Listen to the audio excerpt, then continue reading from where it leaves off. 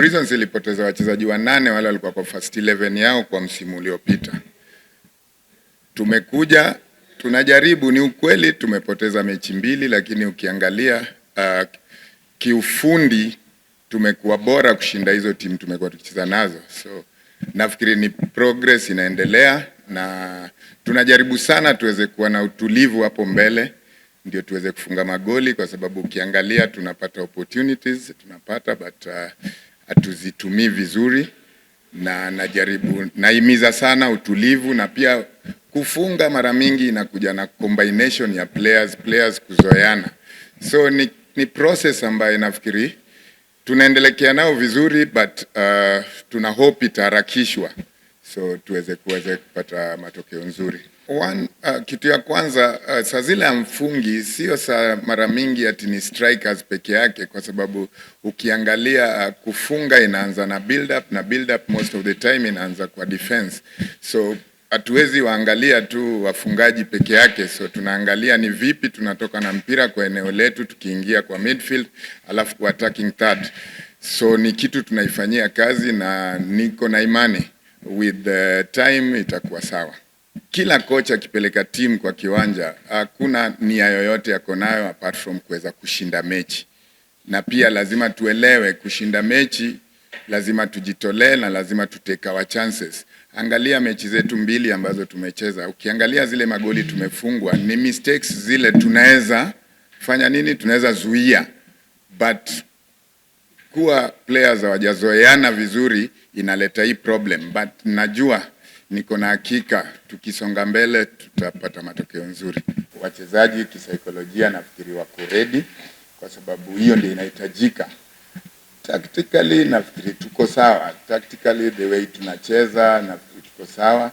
Kitu imebaki tu ni kuweza kuwa patient pale mbele na kuwa na utulivu ili tuweze kupata goli.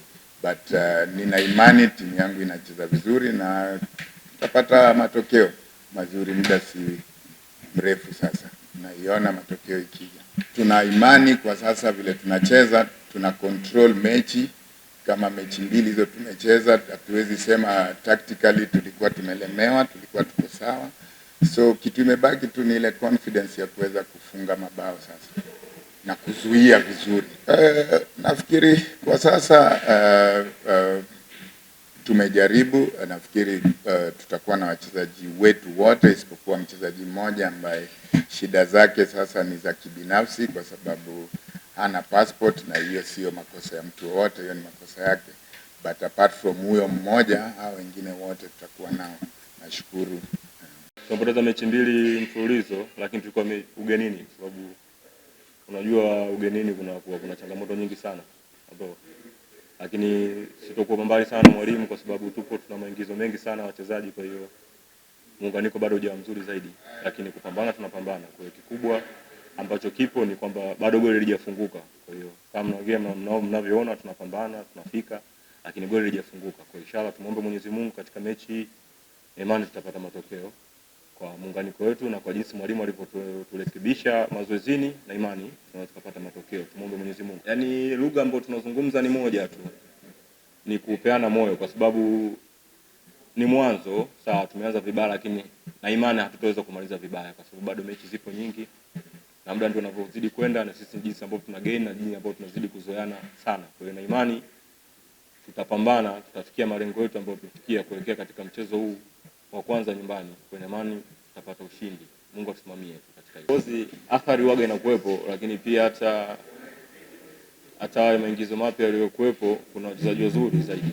pia wamekuja. Kwa hiyo ni chemistry tu ya mwalimu kuunganika vizuri kuweza kupambana. Hiyo ya kustruggle miaka 2 sidhani kwa msimu 2025-2026 kwa upande wetu, ni mwanzo tu umeanza. Kwa hiyo na imani katika maandalizi ambayo tulikuwa tumejiandaa katika msimu huu wa kuelekea 2025-2026, imani kuna mambo mazuri sana yatatarajia. Kwa hiyo usife moyo, sidhani kama tutakufa moyo, tunapambana mpaka mwisho wetu kuelekea kabisa tunapambana katika hili.